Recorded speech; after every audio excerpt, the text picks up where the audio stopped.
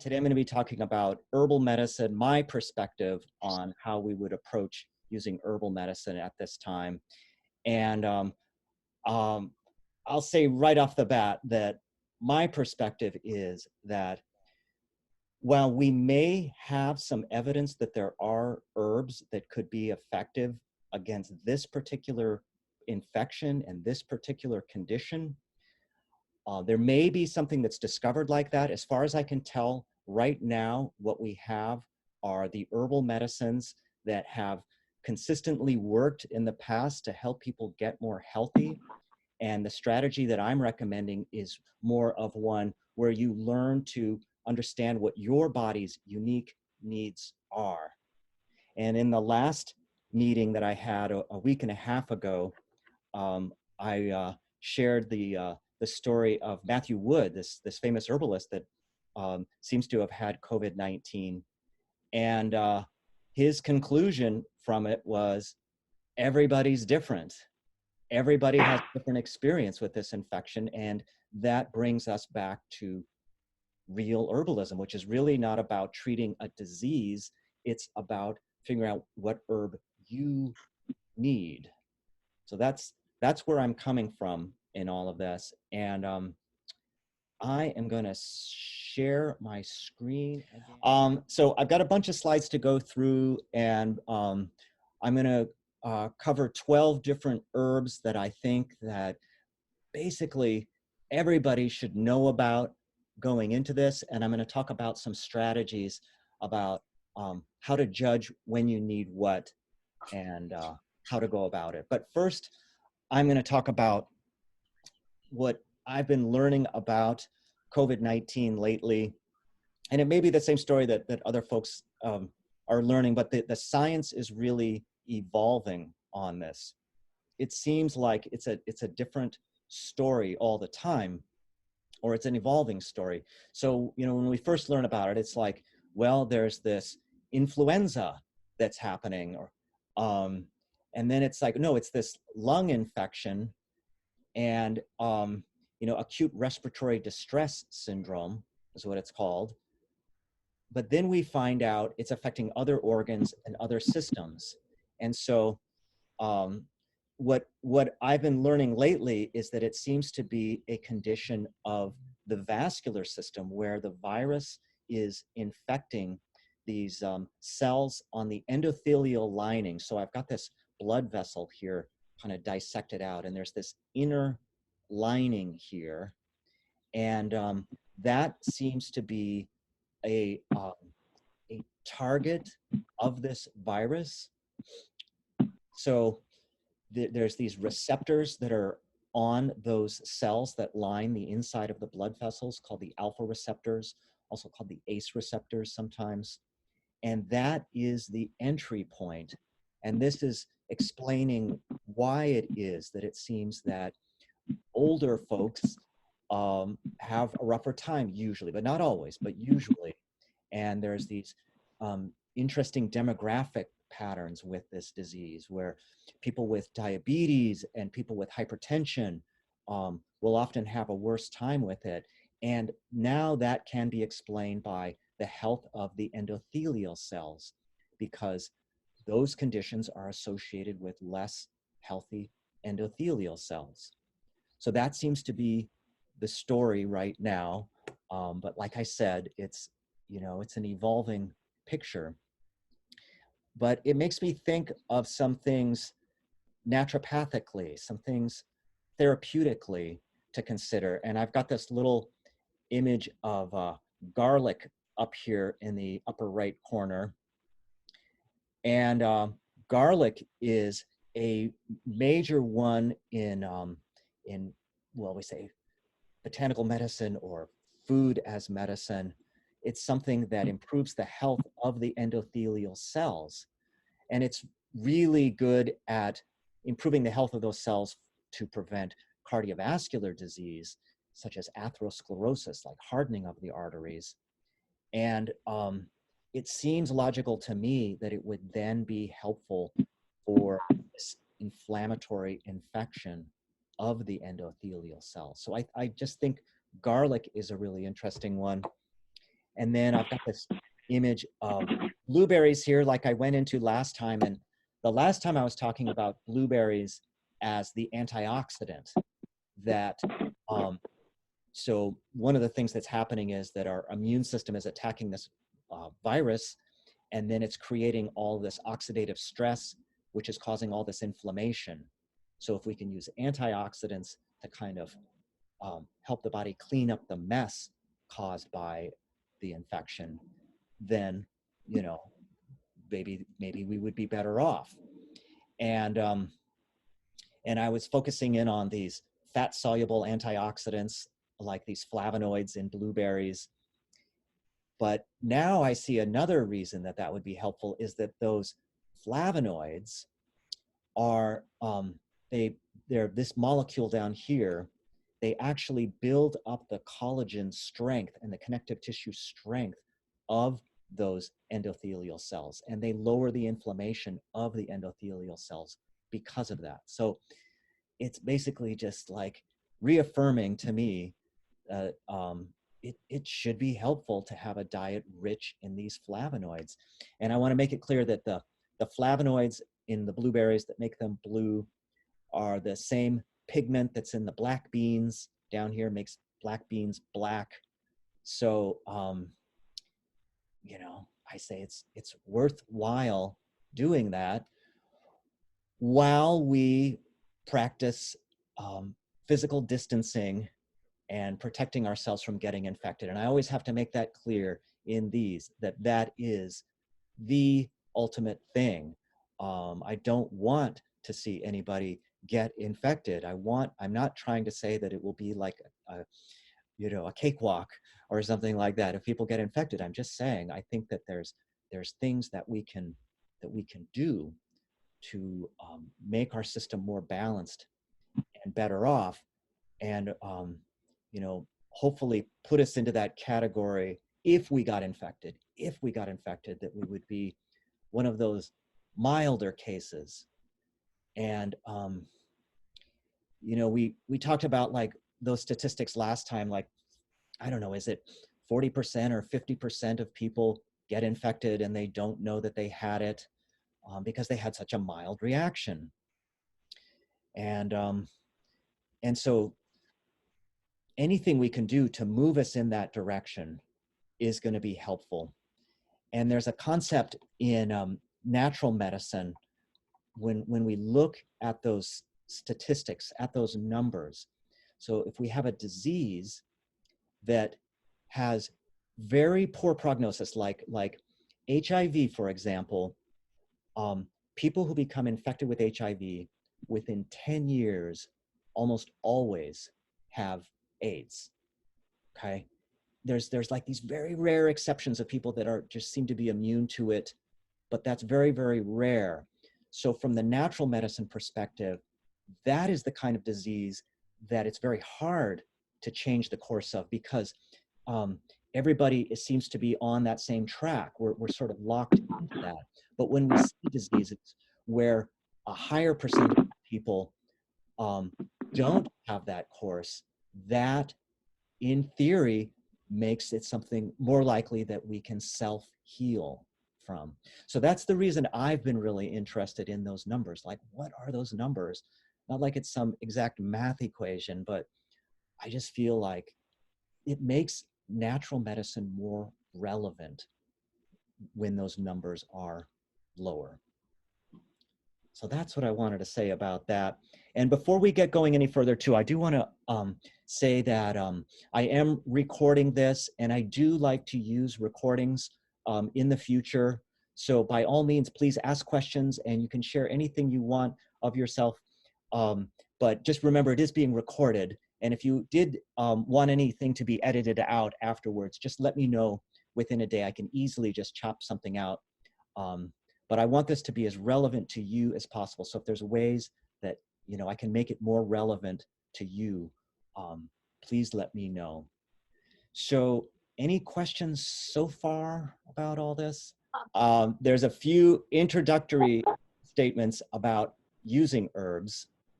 And I say the usefulness of these herbs extends far beyond the short descriptions given. So these are big herbs that I'm be describing. Oh, and it sounds like somebody has a dog coming through on their microphone. If they could just unmute. It's my dog. So the usefulness of these herbs extends far beyond the short descriptions given here. Okay, I'm making very, very short descriptions on these herbs for a reason. It may not be clear if an herb is needed until one actually tries it. Okay, this is an important concept in the tradition of herbal medicine that I was taught, which is that you actually have to test herbs out. You know, there's all this different theory about herbs. Herbal medicine can get extremely complicated. You know, there's these different schools of thought. There's traditional Chinese herbalism and traditional Western herbalism. And then there's modern scientific developments. And those are all can be like guideposts to kind of point you, maybe think of this herb, maybe think of that herb, but ultimately you need to be able to test them out. Herbal medicine is best when individualized. Trust your senses. Repeat those herbs which feel right and disregard the rest. That is how I recommend that you proceed. Anytime you're feeling out of balance in some way, if you're fully sick, ultimately it comes down to gathering whatever you have and testing it out.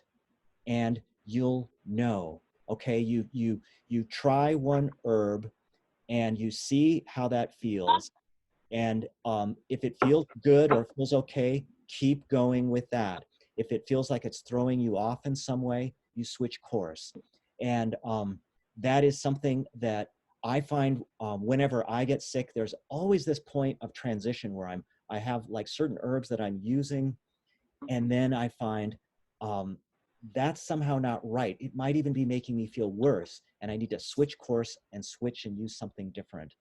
So it can be a little daunting to beginners. Sometimes you think, well, what? I just try one after another. And it's like, well, yeah, that's how people discover these herbs. That's how it works most of the time. But you can make informed decisions on how to do that. And so the next statement is this disclaimer that I have to include, which is that the claims regarding the power of these herbs are not supported by the FDA and have not been fully validated by science.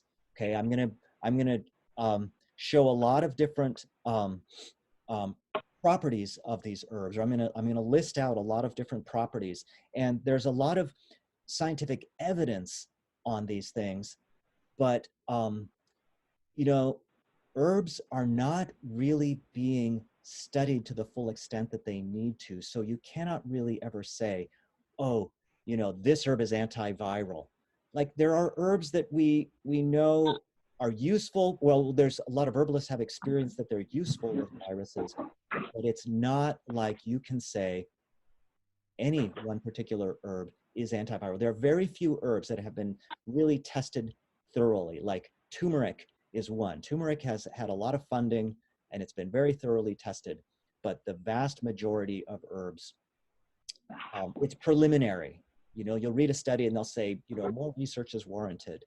It's like, yeah, let's get on with that. Let's do it.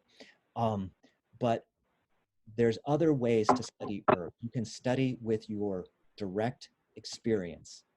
And that's what I recommend. And that's why when people come to see me, I will test herbs out on them right away. I learned that in the very beginning of my training with my teacher, Bill Mitchell, who would have people take the herb right then, watch what happens. And I do that all the time in the clinic.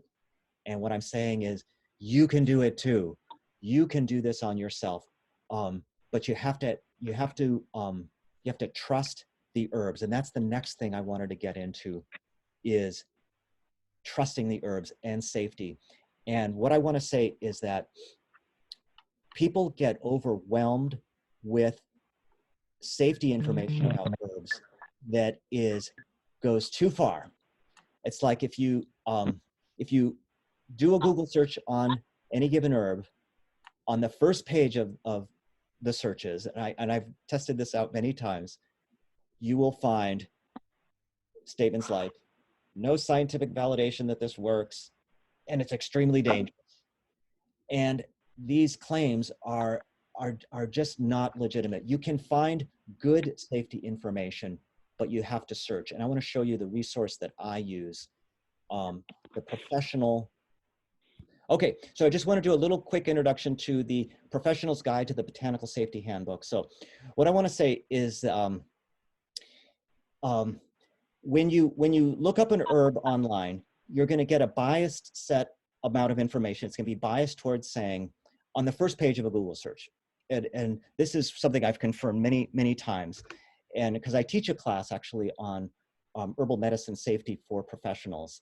And the first pages always show up negative information about it, especially all the warnings. This herb has this warning, this warning, this warning. But what you don't get a sense of is how significant are those warnings, because you could say that an herb can cause bleeding, right? There's lots of herbs that can cause bleeding. But when it's like one case was noted, or, widely used herb, and it rarely ever causes that, it's not really a significant risk. So the Botanical Safety Handbook is the resource which gives the real information.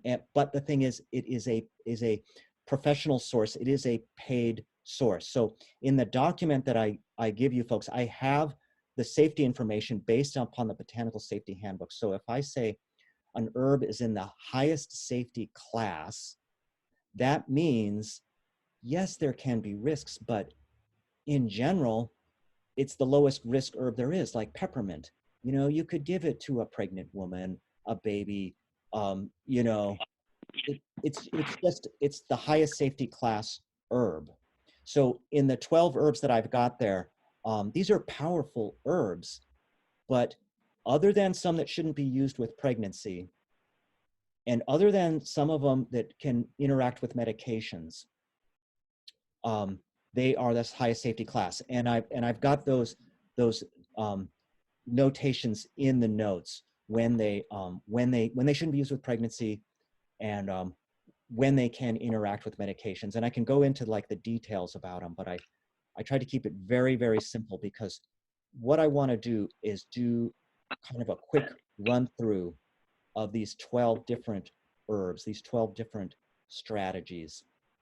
So this is the guidebook, very, very stripped down, simplified guide to herbs, intentionally made simple so that you don't get overwhelmed by this, and you'd be more likely to trust them and try them. So the first one that I want to talk about is elder.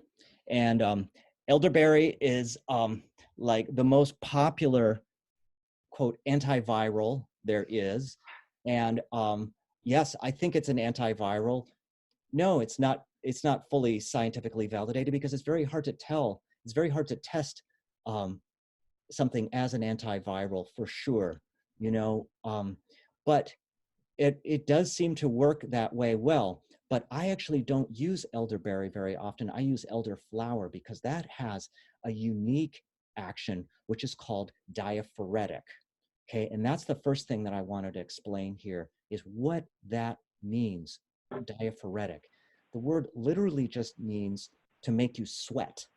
Okay, so if you take something and it makes you sweat, we'd say that's a diaphoretic. But it's much more than that. A diaphoretic is a class of herbs that draws things out of your body. Okay, it's creating an outward flow. And the last time we spoke, we talked about using hydrotherapy to get a sweat going. And we talked about using warming compresses, which are like, a thin layer of cold, wet towel that you would warm up on your body. You would go from cold to warm. It's this outward drawing action. And so there are herbs that do that as well. And I've got several of them on here. This is primary strategy for treating infection. And Bart, I think you got to unmute again. So diaphoretics draw things out. And elderflower has a good, strong diaphoretic action. The way elder will work is it's called a cooling diaphoretic or a relaxing diaphoretic, kind of the same thing. Basically, it relaxes the pores on your skin and allows the fluids to come out that way. And then we'll get into some different styles of diaphoretics at some point. But the important concept is here that there are these herbs that facilitate this outward flow. Okay, and then the next herb I want to talk about is garlic. And I have this study here that just got published, which is claiming that garlic inhibits the novel coronavirus from entry into those alpha receptors. And it looks really, really exciting. It looks really, really interesting. I take it with a pinch of salt. Like, yeah, it could be. There could be something so simple as garlic, which would change those change the lining on our blood vessels and make it so that the virus would not enter through those cells. Maybe, but besides that, garlic has this incredible history, and there's a study that came out several years ago showing that it prevents colds, or it shortens the duration of a cold if somebody consumes garlic. And that is consistent with ancient wisdom going back thousands of years about garlic. Garlic is some kind of an antimicrobial. It's also some kind of a cardiovascular tonic, and preventing the changes to the blood vessels that we associate with aging, where there's the hardening of the blood vessels. It prevents that, and it does that even with just a quarter teaspoon of dried garlic. So it's this wonder drug in many, many different ways. And one of the interesting things about garlic too, as an herbal medicine, is that it's the essential oils in garlic that are actually the medicinal part. And your body actually clears those essential oils through your breath, through your lungs. It actually comes out through your lungs. And it is for that reason a good choice when there is lung infection. And I have this whole diagram of garlic breath here. That's the reason you have garlic breath. And it's been confirmed that, yes, indeed, those oils are coming out through the breath. There's actually a study comparing the potency of garlic supplements using the breath, like measuring the chemicals coming out of the breath. So there are many ways to have garlic, and for just general health and prevention, I recommend just adding it to food. And the easiest way is to just put quarter teaspoon or more in food, just dry garlic powder. Very, very simple. When treating illness, I actually think it's better to have it as garlic tea, which is something that probably most people have never heard of, but it's actually pretty good. You don't want garlic to be fully cooked when you're using it for acute infection. You want to have fresh garlic that still has those essential oils in it, and the dried garlic doesn't have very much of that. So it's really simple. You take 1 or 2 cloves of fresh garlic, like medium-sized cloves, and crush them, just simply crush them, put them in a cup with some honey, and then pour hot water over that. And it's a pleasant tasting, spicy tea, mild tea. And in general, I often try to get people off of sugar and honey even, but in this case, it has a kind of some special properties. It softens the garlic, and it emulsifies the oils. So honey is an emulsifier, so it gets those essential oils into the solution. And so this is definitely one that that I would recommend including on that. Excuse me, so the hot water doesn't inactivate the essential oils? It might a little bit, but it will still be there. It will still be there. And there's actually been studies on like putting it in boiling water for 10 minutes. There's still some there. Frying it gets rid of all the oils, but boiling less, and then the hot water thing absolutely works. And if you you can confirm that it works by the development of that garlic breath that you will get. If you have someone around you who can confirm that, it will work. The one like caveat about garlic, like the one precaution, is that it is quite a blood thinner, and and I wasn't sure whether I should talk about that or not here, but I decided I probably should, because there are these cases with COVID-19 of people um, um, um, having hemorrhagic strokes. Like there's clotting that people are having, and then some people are having like too much blood thinning. And I don't think that's likely to happen, and I don't think it's likely at these doses, but I do think that if people start in with heavy doses of like garlic essential oil pills, which are an option, to kind of mega dose garlic, you know, I think that that would carry that risk. So I'm just, you know, put that out there. But in general, it's, yeah, it's an herb in the highest safety rating according to the highest experts, which I consider the highest experts to be at the Botanical Safety Handbook. And what about just eating it in salad dressing or hummus, or Oh yeah, that's oh yeah, equally yeah, effective? yeah. That's a good way to do it. To get fresh garlic, you can just eat it that way. If you eat it straight, you're likely to kind of burn your throat. But if you know, people put like I'll buy hummus, or I'll make my own hummus sometimes, but usually I just buy hummus, and they never put enough garlic in that. So I'll just chop up some fresh garlic and mix that in, and then that'll be a way for me to get my garlic. Um, What does roasting do to the oils instead okay, of frying? yeah, that was studied, and actually roasting preserves more of the oils than boiling. Then roasting preserved quite a bit of it, actually. The frying got rid of all of it, but the roasting um, does a pretty good job. I mean, a good job of keeping it there. But most of the garlic supplements, other than the garlic essential oil pills, you don't have these precious oils, which are, there's more things that are in garlic that are important, but the oils are a really important part of it.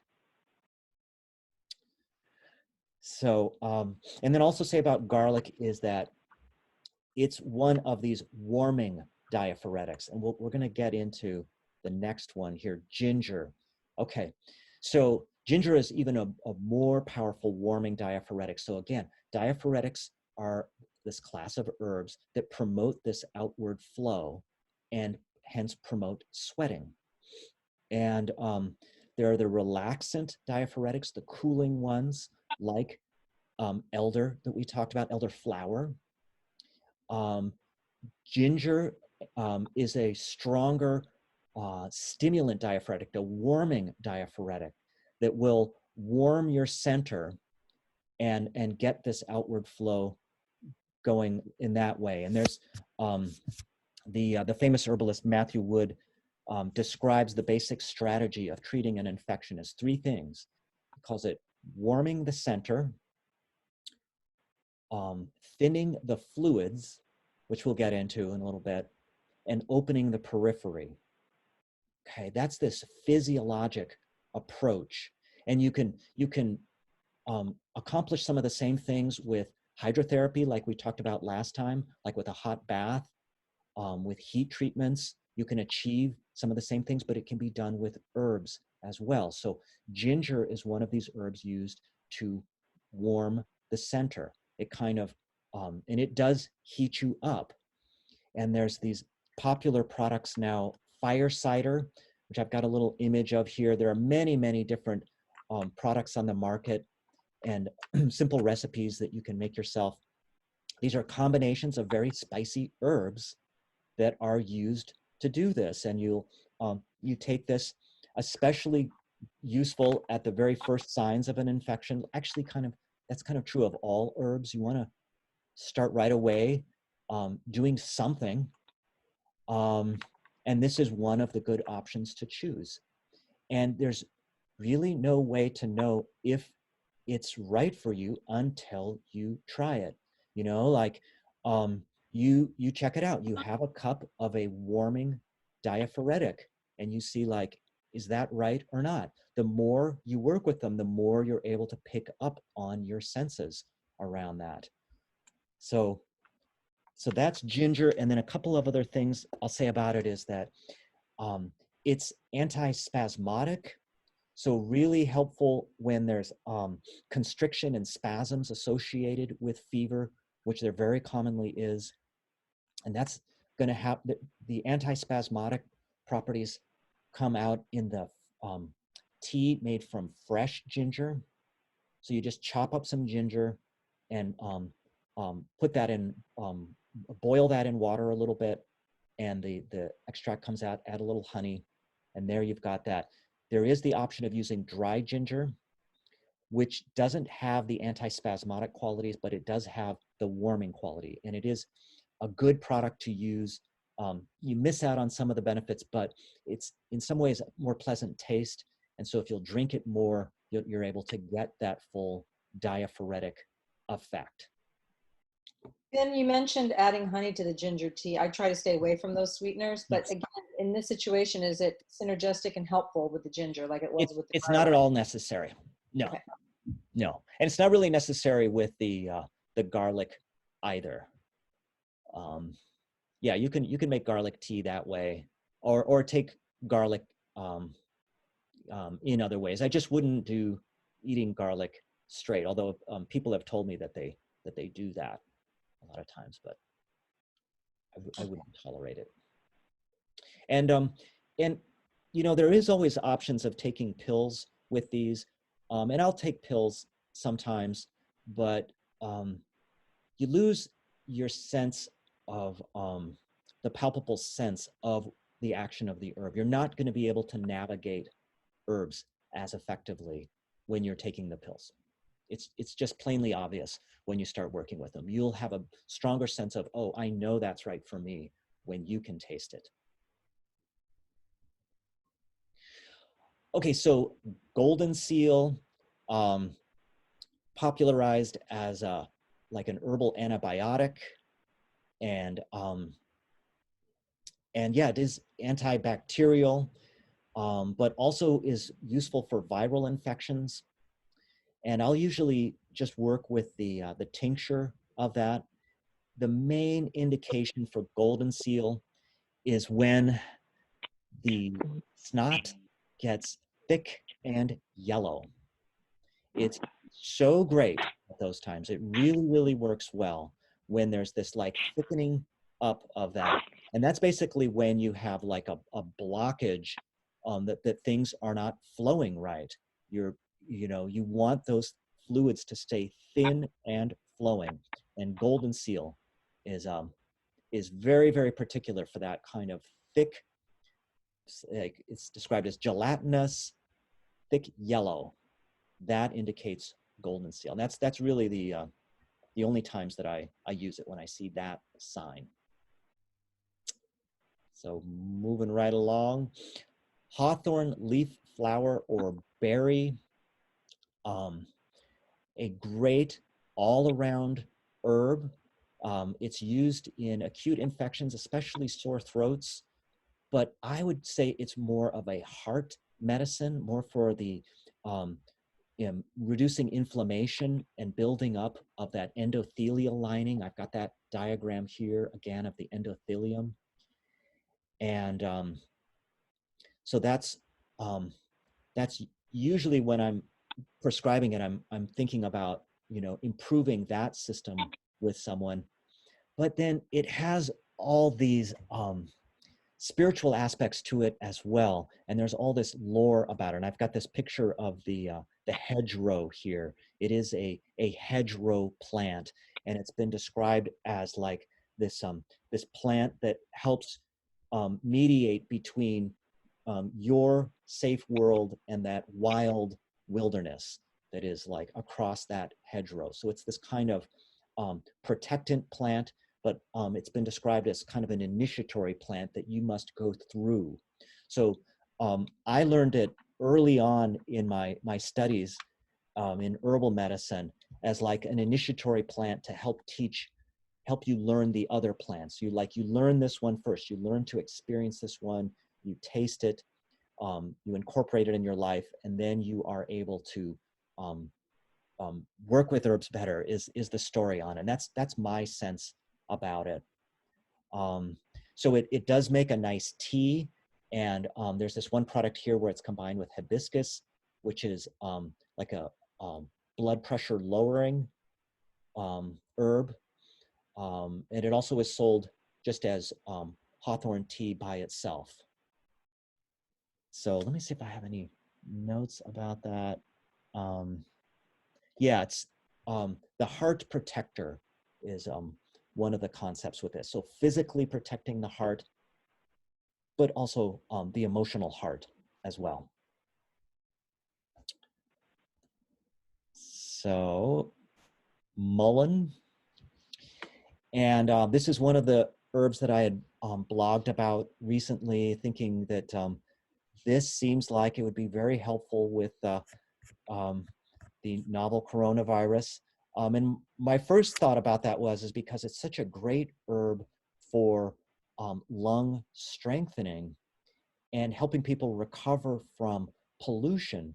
And there was a study that was published recently showing that like exposure to pollution was a major risk factor for having a more severe outcome with COVID-19.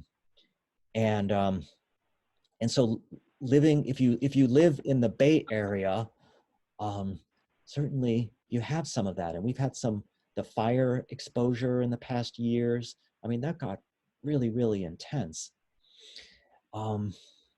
So one of the stories about mullein is that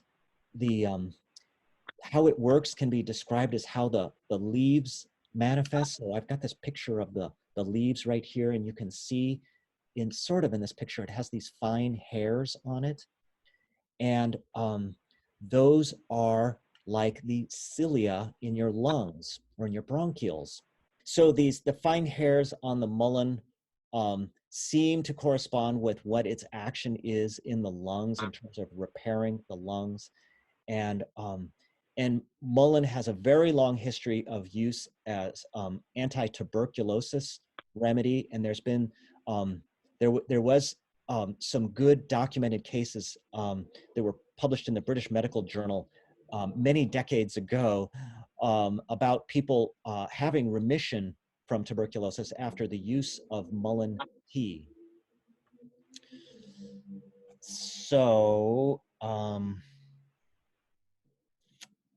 yeah, mullein is definitely one to think of when there's been exposure to pollution and smoking. It's any form of smoking would indicate you'd be helped by using mullein. And that could just be daily use of some of the tincture.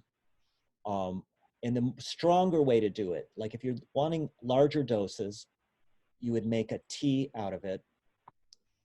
And what you have to do with the tea is pour it through a coffee filter, because you want to get those little hairs out of it because they're kind of irritating on the throat. So either way, it works well. And just as an aside, making teas in general gives you more herb than tincture. Like teas are a larger dose than a tincture, which is not always what you need. You don't necessarily need a larger dose. If you have an herb that is really, really right for you, your body will respond with just a few drops of the tincture.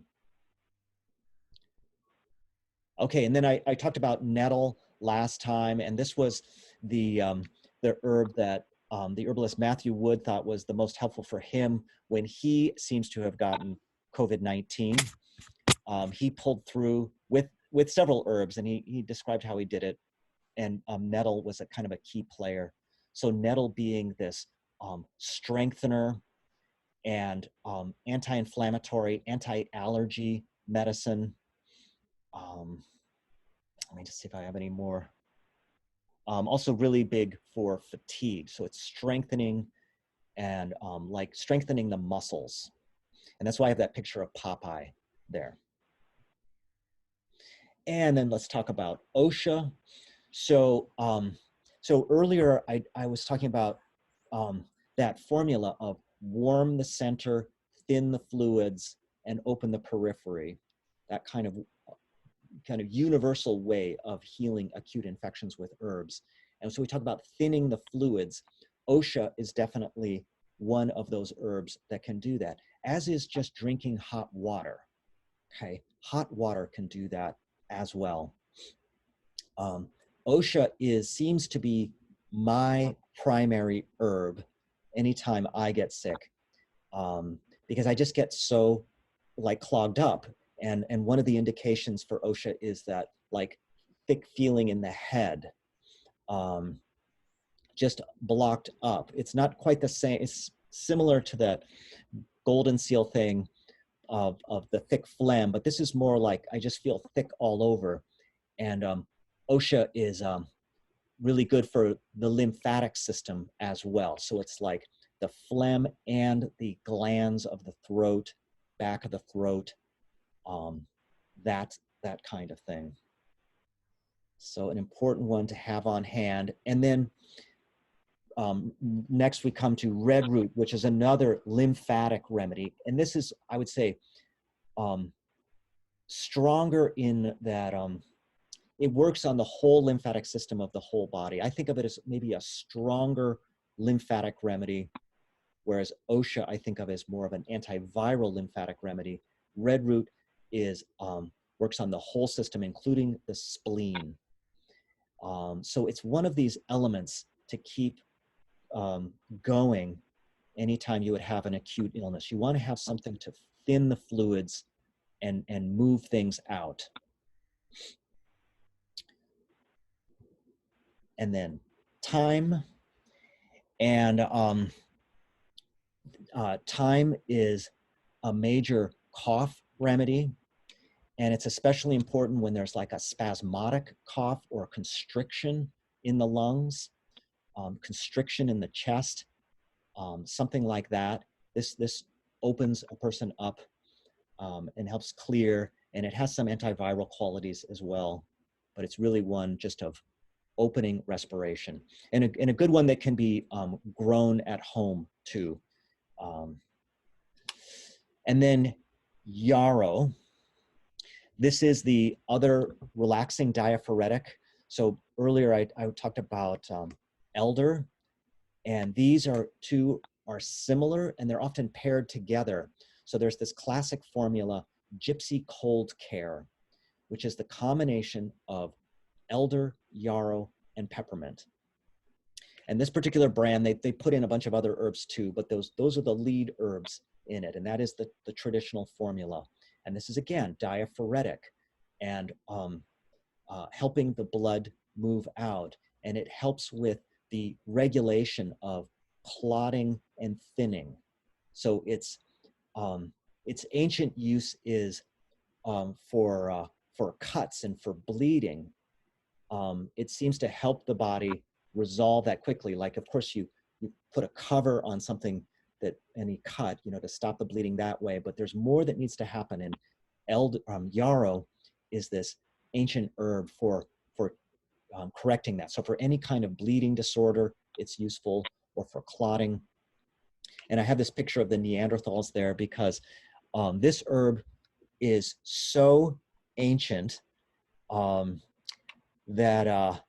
it actually appears to have been used by the Neanderthals. So there's some historical evidence that they were very interested in this herb. And the Latin name Achillea comes from Achilles because Achilles led soldiers in the Trojan War. I think, I don't know that history, mythical history, but and as he's said to have used this on the wounds. So yeah, so I think of it as mainly a diaphoretic, and it's described as an antiseptic and antiviral, very important cold and flu remedy. And then finally, yerba santa. This is a California herb, and it's for like for the lungs.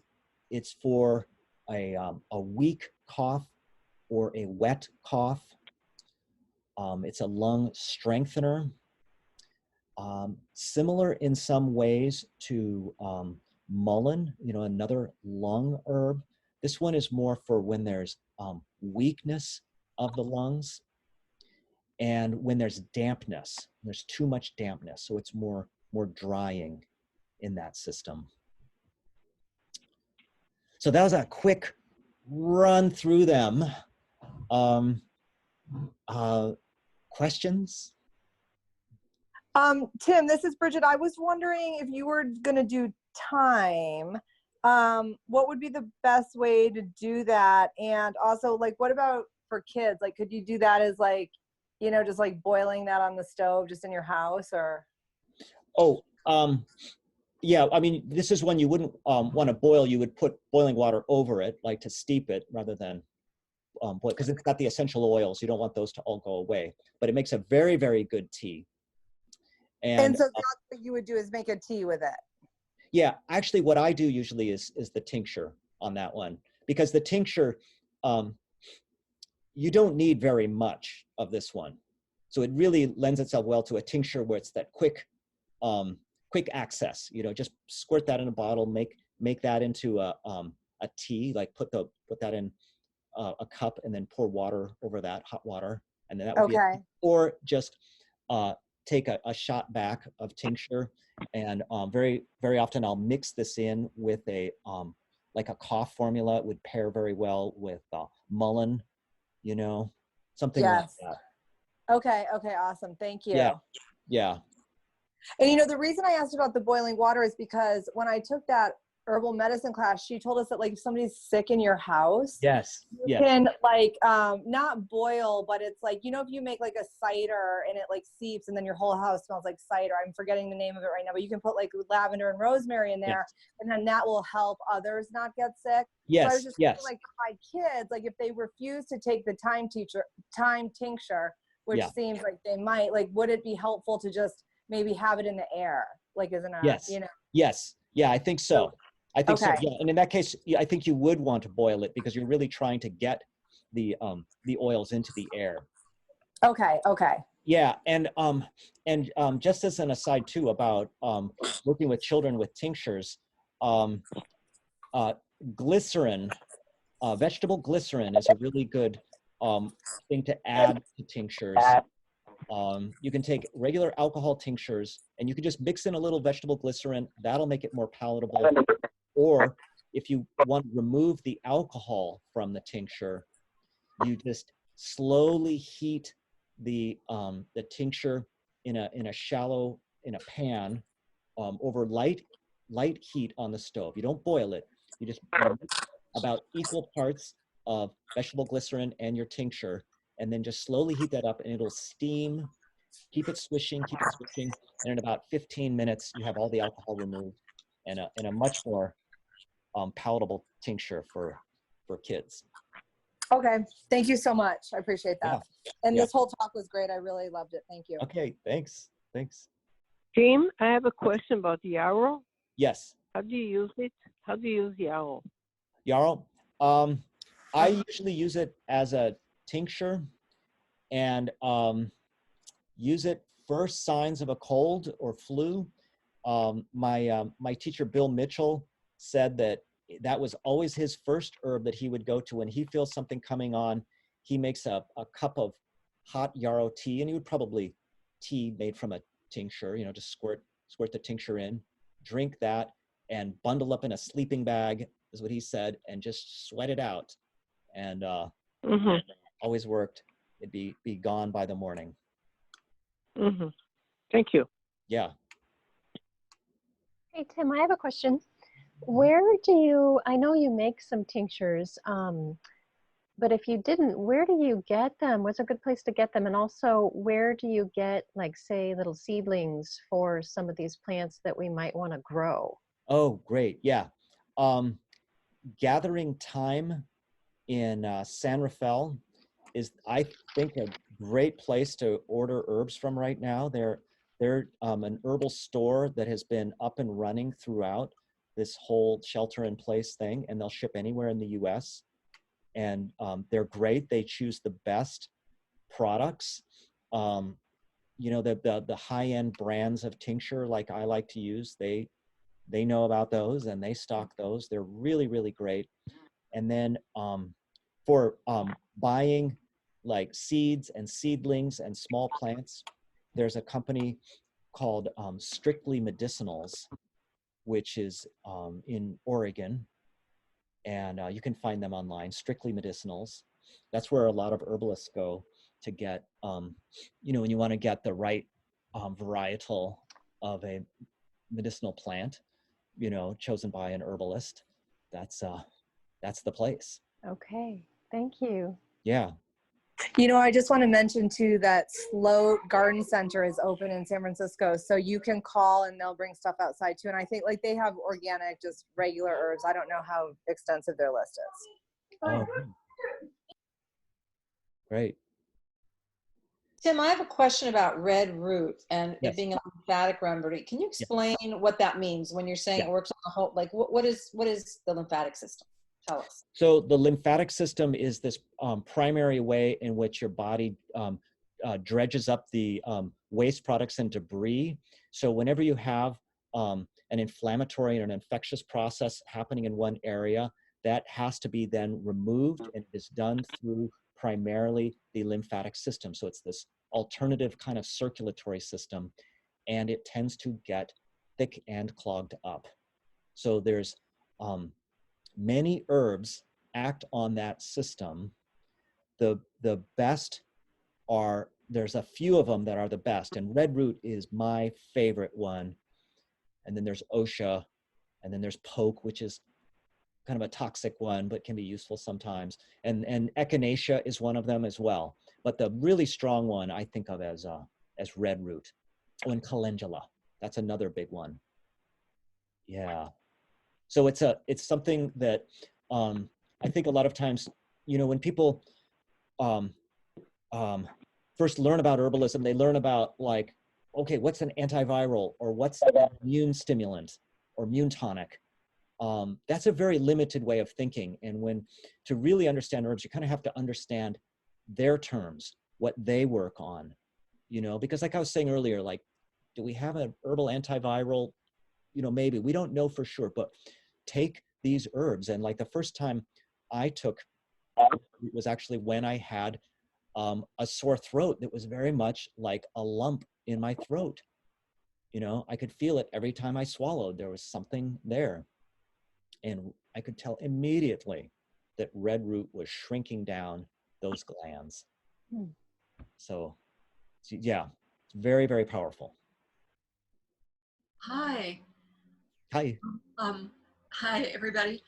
For lymph, I just, when you were talking about that, thought I would share something that was told to me a long time ago. Yeah. Again, by the Kundalini Yoga Punjabi tradition. Yogi Bhajan used to say that muscle contraction is necessary to work with that lymph system that travels up and down all our limbs. And that sometimes when you're really sick, yeah, you're resting, but if you can manage to just do a certain amount of motion, whatever you can manage, it will help with that lymph drainage from the infection. Yeah. Yeah, thanks. Yeah, yeah, I totally agree. Yeah. But that's good to know about red root. I did not know. Thank you. Yeah. And Tim, you're taking the tincture of that? Yeah, I always work with the tincture on that one. Yeah, you could buy the root and boil it. It's a very, very tough root. It would take a maybe just a little more boiling than regular herbs would. I mean, I've tried to work with the root, but a good tincture is just so much easier to. And I just heard you say boil. Do you mean steep? Oh, I would boil on that one. Yeah, a lot of herbs, steeping like a tea, that works really well for like leaves and more herbs where the essence comes right out of them very easily. But some herbs, it's kind of locked in more, and so you got to boil it down a bit. Yeah. Yeah. Oh yeah. Hey Tim, at Yeah. some point, if it's too much for this talk right now, but I'm interested in occasionally making my own tincture. I've read a lot about it. I haven't made that many. Yeah. Be Oh, I interested. can explain that because so yeah, I've manufactured many tinctures in the sort of the professional method, and then also the folk method. And the folk method is very, very simple. It's basically you take a mason jar and you fill it with a certain amount of herb, like maybe a quarter of the jar full of this herb, and then you would pour over some spirits, like vodka is commonly used for that, or brandy. Matthew Wood always prefers brandy, and you just have to cover over the herb, and then once a day you would turn it upside down and turn it back to shake it around, and then in the end, after 2 weeks or so, you would squeeze it out with some cheesecloth, and there you go. You've got your tincture, and it works beautifully. And Bridget, I know you've done a fair amount of that yourself, right? Do you have anything to add to that? Still there? No, but it is pretty easy. It's very easy. It's just kind of like the waiting process. And then the tinctures are amazing, and they actually last for a very long time. And what alcohol do you use when you make yours? You know, I think well, both brandy and vodka. Yeah. And then I think that I would try to use the 100 proof vodka, like the Smirnoff or the Absolute. They're a little bit hard to find, but like here, Bevmo usually has them, because I think vodka is usually like 80 proof or something, or 50 proof, or. Yeah. Yeah, and then vegetable glycerin is another way. Rather than using alcohol, you can use vegetable glycerin, about 50-50 with water, vegetable glycerin, and that works especially well for elderberry and elderflower too. It makes a very sweet, thick and sweet extract, not as strong extracting as alcohol. But that just means you take more. If it's not as strong, you just have a little more. And I really have found that taking elderberry syrup and making that is really quite easy, and that I think has made a big difference for our family. Although, Tim, when you said elderflower, it just resonated with me, and I'm like, oh, I'm going to go find my elderflower. I feel like I need that. Yeah. And how do you make the elder syrup? Well, I can actually send the recipe if people want. It's in parts, so it's kind of, but basically you boil, like I usually do dried elderberries, and then you can do like what I like to do is do dried elderberries, a little bit of rose hip, and then like some dried orange peel, and then you boil that down, so it's like you decoct it on the stove. So I think you decoct it 3 parts. Like if you start with, Cami taught us everything in parts, so it's like, if you start with 3 parts, you would decoct it down, then you strain it through cheesecloth, and then basically add honey and or brandy back into that, and then that makes the syrup. It's super easy, and I think if you make it, it's much more cost effective. Like I see those bottles in places that are like $15. I'm like, wow. Yeah. Yeah. Mm-hmm. Yeah.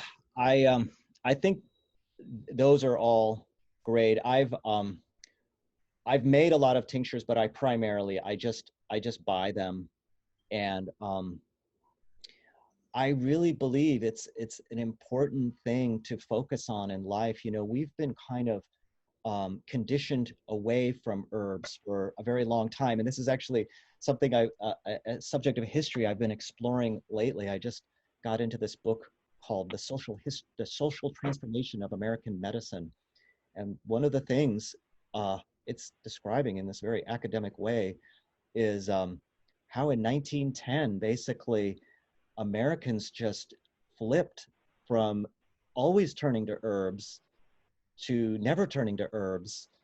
And it was a well-orchestrated campaign that kind of changed it. And the all the medical schools at that time, which insisted on teaching herbal medicine, were shut down. And it all happened very quickly. And I think that this is our, you know, human wisdom. Like we have to sort of reclaim this and start thinking in terms of herbal medicine, in terms of like, you know, I have a problem. There must be an herb for this, you know, there must be something more I need to learn about herbal medicine. So. Yeah, Tim, I just want to say, you know, in response to that, that I think that's very true. That's been my experience with people around me, that they don't really know about herbs and don't really trust it. So maybe there was some sort of a campaign that went on years ago that made people afraid of herbs. Because I've had people say, oh, you know, well, don't take those. You don't know where they're from or what's in them, or they could be from other countries. And, Right. you know, they're afraid of them. So Right. I think the antidote is really education and really knowing, you know, where they come from and what they do. Yeah. Yeah. Right? Is that Yeah. right? There's so much fear and concern around them. And yeah, there is issues of products coming from other countries sometimes, but you know what? If you know where to buy things, you don't have to worry about that. And like, for instance, from Gathering Time, they would use the good companies. You can use Herb Farm, like I have a lot on the screen in these slides. Herb Farm, they grow most of their own herbs, and what they don't, they'll give you the details about how they sourced it, you know, where it comes from.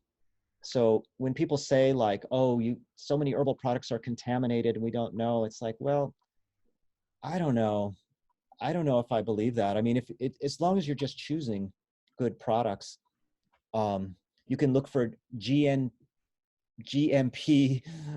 certification on products. That can mean they're third-party tested, or just choose one of these companies like Herb Farm that you know is going to be good. It's not hard to choose the safe ones, and then, you know, find out from a reputable source what the real safety concerns are. And you know, I've described it as like it's like going to Hawaii. There's a lot of risks in going to Hawaii, but herbal medicine is much safer than that. But yet people contemplate going to Hawaii all the time, and they don't go through all of the things that could happen. You can drown, you can get, you know, stung by a poisonous scorpion, you know, you just go without thinking all of that through. But people get overwhelmed by all the rules and safety concerns about herbs. And I really think it's turning people off from the whole subject.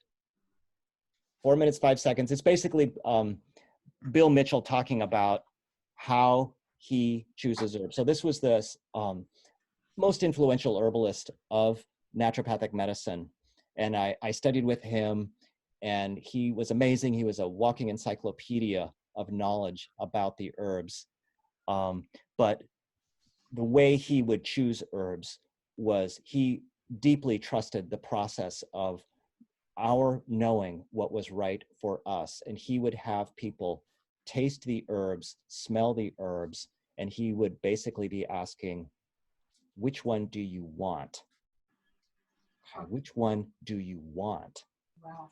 And if you are open to it, you can sort of awaken this want in you. You will get a, I want that, okay? And this is how humans found their herbs. You know, they got sick, and or someone else was sick, and they went into the wilderness, and this is how they were discovered. And we have that potential. We do this, and once you get into herbs, you start getting that sense more and more. And as an herbalist for other people, I try to sort of sense that for them. And there are some techniques for trying to do that, using the pulse and doing other kinds of things. But, but you can do it effectively on yourself. So, oh yeah, someone was asking about oregano oil.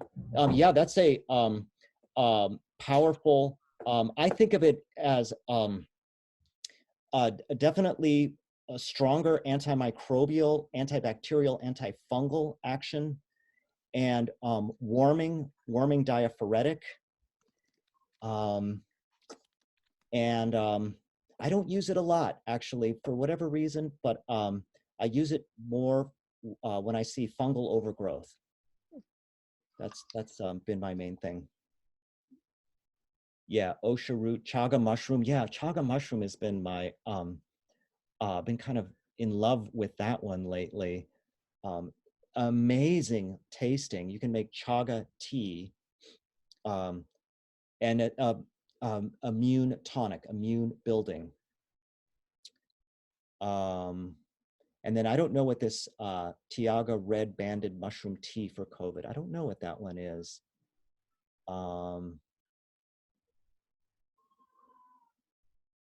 Okay, any other questions before we wrap it up for tonight? Well, this might just be a whole nother can of worms, but you know, when you talk about herbs, sometimes my mind goes to cannabis, and I'm wondering what your thoughts are. What treat? I mean, just as a tincture, or whatever.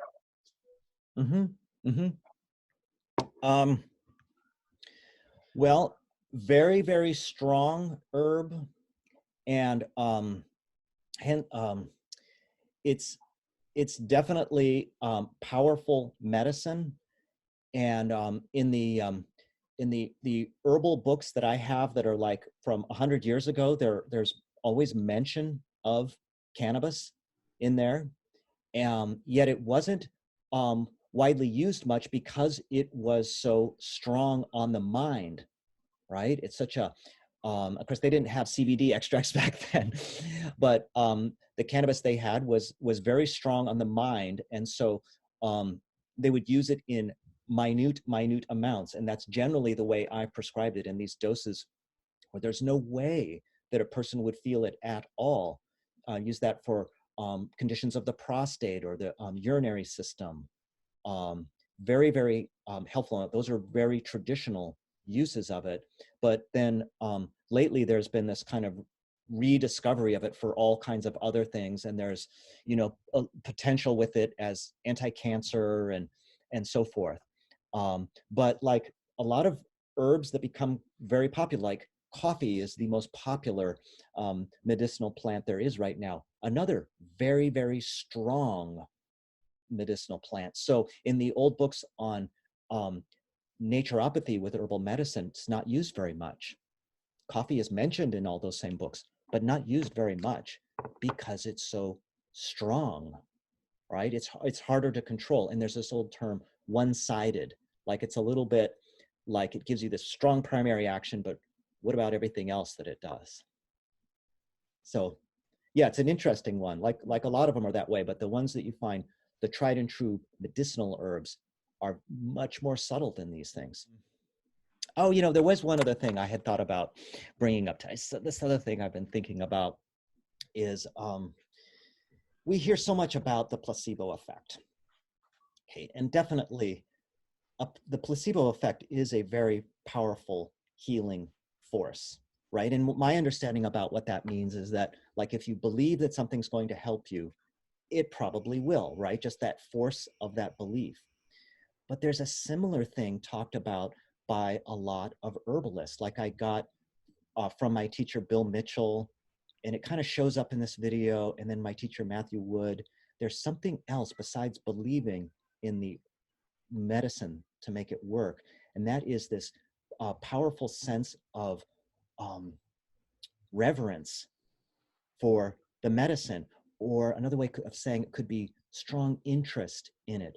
When people kind of become enamored by a plant, it seems to work better. And I've seen this so many times. And, you know, sometimes when people come to see me, like they've just gotten enamored by a certain medicine, a certain medicinal plant, and they're on it and they want to know if it's okay. And if I sense that, you know, they're having like a love affair with that plant, I know that it's going to be a very, very good thing for them. It's much more powerful than, you know, believing that this is going to cure me or something like that. It's some kind of a special kind of interaction that can happen in herbal medicine. And many herbalists have described this that I've seen, but they talk about it in terms of like respect and reverence and stuff like that. This one Native American teacher, Tismal Crow, went on to say that if you complain about the taste of the herb, that it will never help you. Like you've insulted it and it will not ever help you. So so there is something like that. Yeah. Okay, any final questions here or comments? Anyone?